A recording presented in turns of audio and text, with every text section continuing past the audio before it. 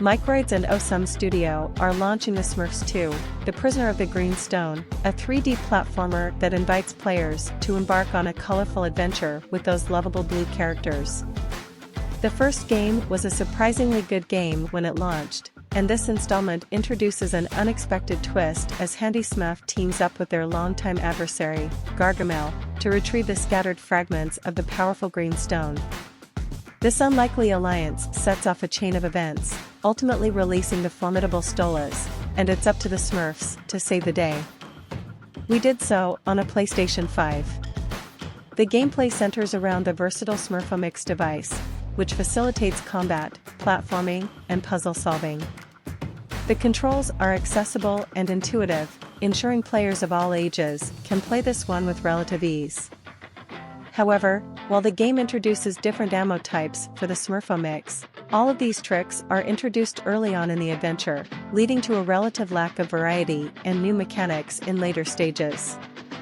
Challenges are peppered throughout the realms, encouraging players to revisit earlier areas once the Smurfomix is fully powered. Collecting resources to upgrade the Smurfomix becomes crucial for facing tougher opponents and overcoming obstacles as well, so it's worth it to spend time on that.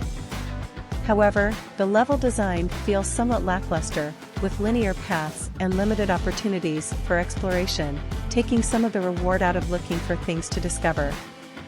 Visually, the Smurfs 2 presents another faithful rendition of the Smurfs world, bursting with vibrant colors.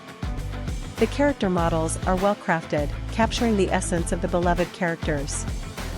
However, some textures lack refinement, and environments could benefit from more depth and detail. The first game looked good, but we had wished that the time in between would have resulted in a push for even better visuals in the sequel. In terms of audio, the game's soundtrack provides a pleasant backdrop but doesn't stand out significantly. The repetitive sound bites and overuse of Smurf language can even become grating over time, though fans will be much more forgiving while playing this. One of the game's strengths lies in its accessible controls, ensuring younger players can engage with relative ease. While the Smurfs 2, The Prisoner of the Green Stone delivers a faithful Smurfs experience, it struggles to break new ground in terms of gameplay mechanics. The lack of variety in level design and limited exploration opportunities may leave players craving more depth.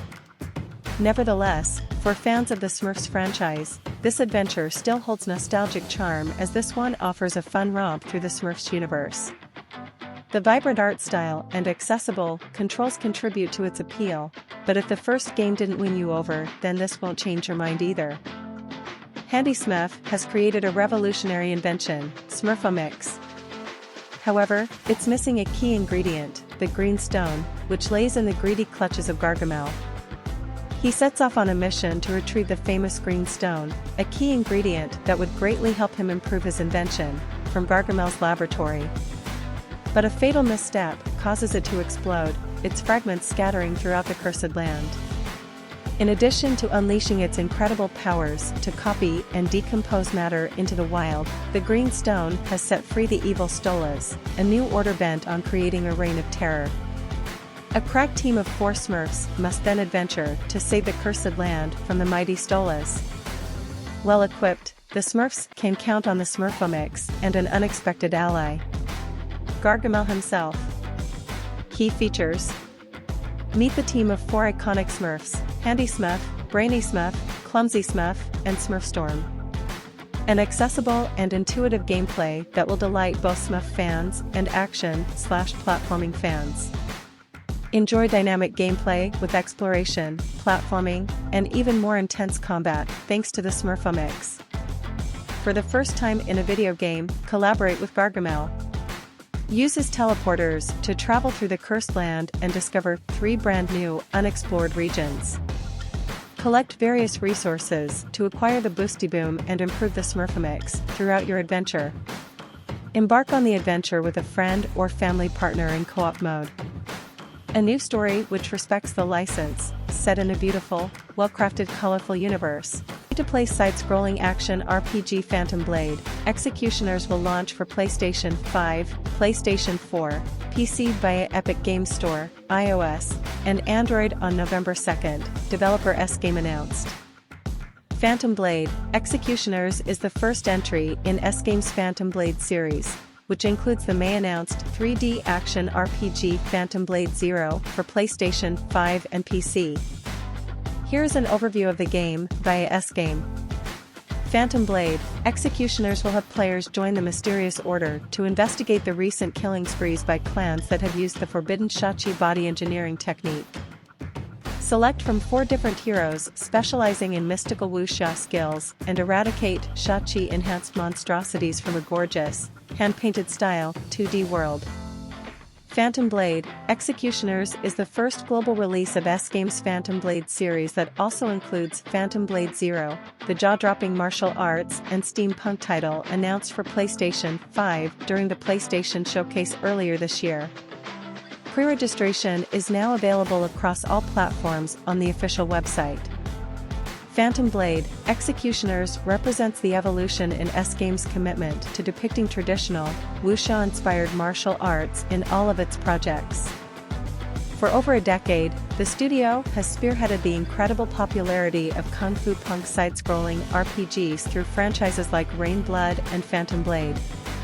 In Phantom Blade: Executioners, S-Game's devotion to the soul of Chinese martial arts is underscored by a gorgeous 2D art style reminiscent of a traditional fine-brush Chinese painting brought to life.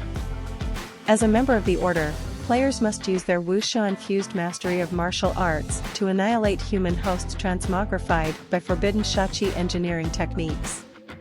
Players must time moves perfectly to perform dynamic skill chain-based combos with a touch of a button. Earn Phantom bonuses throughout the course of the game and stack them on character skills to maximize damage and enhance martial art skills. When the battle is over, pick up valuable equipment to be used in the next fray. Mix and match gear however desired, then head to the procedurally generated Purge dungeons for a chance to earn highly coveted Sin gears. Phantom Blade: Executioner's controls are intuitive and fun, but this won't be a cakewalk. Monstrous bosses, totally consumed by Shachi, will challenge players to discover the characters, phantom bonuses, equipment and additional perks that best suit their playstyle. When the battle seems insurmountable, enlist the aid of a friendly ally via co-op and attempt to face the Shachi scourge together.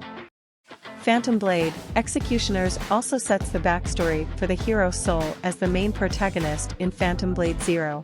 The RoboCop franchise has been a staple in pop culture for many years. The original 80s action movie, about a hero cop slain and reborn as half-man, half-machine who serves to protect Detroit from criminal scum, remains a blistering satire. While there have been attempts made in the past to bring the hero cop to gaming platforms, none have been fully able to recreate the magic of that world. However, Polish developer Teon goes above and beyond to bring players into the shoes of the famous cyborg in RoboCop: Rogue City. Teon previously worked on another movie video game, Terminator: Resistance. While that game was fine, with RoboCop: Rogue City, the studio looks to have taken things up a notch with their development and created a high-quality title. Many aspects of the game successfully immerse you in the role and world of RoboCop, and while some things need touch-ups, almost everything works incredibly. RoboCop: Rogue City is a title that fans of the series and those looking for a fun single-player should definitely check out. RoboCop: Rogue City's story is cheesy, in a suitably 80s way, and gripping. Taking place between the second and third films, players step into the shoes of deceased old Detroit officer Alex Murphy, now known as RoboCop. As crime runs rampant through the city, a new major crime boss known as the New Guy in Town steps up to consolidate and control all crime. RoboCop, along with his partner from the movies, and Lewis, must get to the bottom of the criminal plot and stop the kingpin. Everything about the story kept me interested, from the compelling characters and their personal motivations to the overarching narrative of keeping crime off the streets. Teon has done the original source material justice, as I felt that the narrative in Rogue City felt like something straight out of the movie series. I was engrossed the entire time, and with every crime resolved and criminal put in jail, I only wanted to take down the kingpin more. Heightening the narrative are the different dialogue options that offer difficult choices that alter the overall story. The choices you make within the story actually matter, and your actions also affect the public's trust in you and how the events of the game will turn out. I found that this not only blended in perfectly within the narrative but also allowed for a greater role-playing experience as RoboCop himself. Surprisingly, Peter Weller, the actor who portrayed RoboCop in the films, has returned to voice the character once again. Having Weller is a huge win for both the fans and the game's narrative, as it not only makes the experience more immersive to hear the original voice but also makes it feel like a true sequel set within this universe. As you progress through the story, you'll encounter many instances where you'll need to investigate crime scenes. The process of assessing crime scenes and collecting evidence, such as tire tracks and bullet holes, is fun and immersive and leads to the satisfying reward of eventually tracking down and killing criminals. It was a smart move on the developer's part and had me more enthralled with each crime scene I looked into, regardless of whether it was for a main story mission or a side quest. RoboCop Rogue City has a lot of variety when it comes to mission structure. Whether it's investigating murders or completing simple duties like helping out your fellow officers around the station, almost every task is a lot of fun and immersive. The side offerings, in particular, bring a lot to the game and help flesh out the overall world. There are even some more laid-back ones, which felt like a nice break from the hectic nature of being a deadly robot cop with a penchant for gunning down bad guys. Fortunately, the variety in mission structure is heightened by the game's core gameplay. The way RoboCop Rogue City plays feels very fluid yet accurate to the character. The game never sacrifices the immersive feeling of RoboCop's rigid movements for a faster-feeling experience. However, in some of the open areas it can be a little tiresome. Even at a sprint speed, RoboCop feels like he is walking, and getting from point A to B in these areas can be exhausting. While increasing his movement speed would make a huge difference within these open areas, the more immersive walk speed works really well for the most part and is actually one of the highlights of the game. The shooting in RoboCop Rogue City feels aptly frantic as it does clean. There's an almost methodical feel to combat, with the generous aim assist allowing you to sweep through encounters like a balletic battering ram. There are a lot of weapons to play around with, too, from LMGs to the aforementioned Auto 9.